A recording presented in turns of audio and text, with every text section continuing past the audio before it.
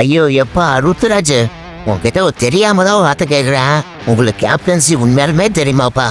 CSK மாதிரி ஒரு legendary team 2023 எப்படி இருந்தது?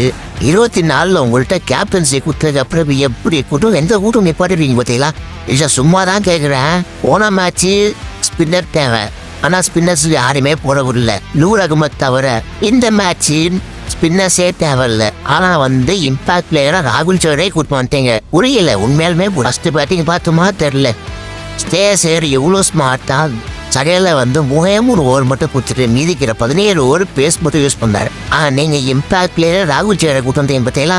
அவர் வள்ளல் மாதிரி அள்ளி ஹாஃப் செஞ்சுரி போட்டு போயிட்டாரு. அவர் பஞ்சாபுக்கு இம்பாக்ட் கொடுத்தா கூட்டு வந்தீங்க, ஆனா அவர் சிஎஸ்கேக்கு இம்பாக்ட் கொடுத்து போயிட்டாரு. அடுத்து ஒன்று சொல்றேன், உங்களுக்கு தான் பேட்டிங் ஒன் டே மாதிரி ஆடதான் வருது. சரி ஓகே, நீ ஒரு எக்ஸ்பீரியன்ஸ் பேட்டர்னு கீழே ஆச்சு ஆடலாமே. அந்த பக்கம் ஆயுஷ் மாத்திரே பயமாடிட்டு இருக்காரு, சர்ஃப்ராஸ் கான் பயமாடிட்டு இருக்காரு. நீங்க ஒன் டே மேட்ச் ஆடினாலும் ஃபுல் ப்ரெஷர் போய் சஞ்சு சாம்சன் மேலே போடுறீங்க. அவர் 2 மேட்சுமே வந்த ரிட்டர்ன் பண்ணிடுறாரு.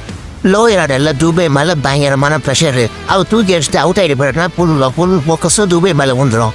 மிடில் ஆர்டர் லோயர் ஆர்டர் ஃபுல்லா யங்ஸ்டர்ஸ் ஆகுறாங்க. வேற யாருமே இல்லை, துபையை ஆரம்பிடல. நான் தெரியாம கேட்கிறேன், உண்மையாலுமே ஒரு கேப்டன்சி தெரியுமா? ஃபர்ஸ்ட் பேட்டிங் ஆடும்போது ஸ்டே சேர் பண்ணதை பார்த்துமா தெரிஞ்சுக்கோட்டும். சரி நான் பண்ண போயின்னு தெரியல.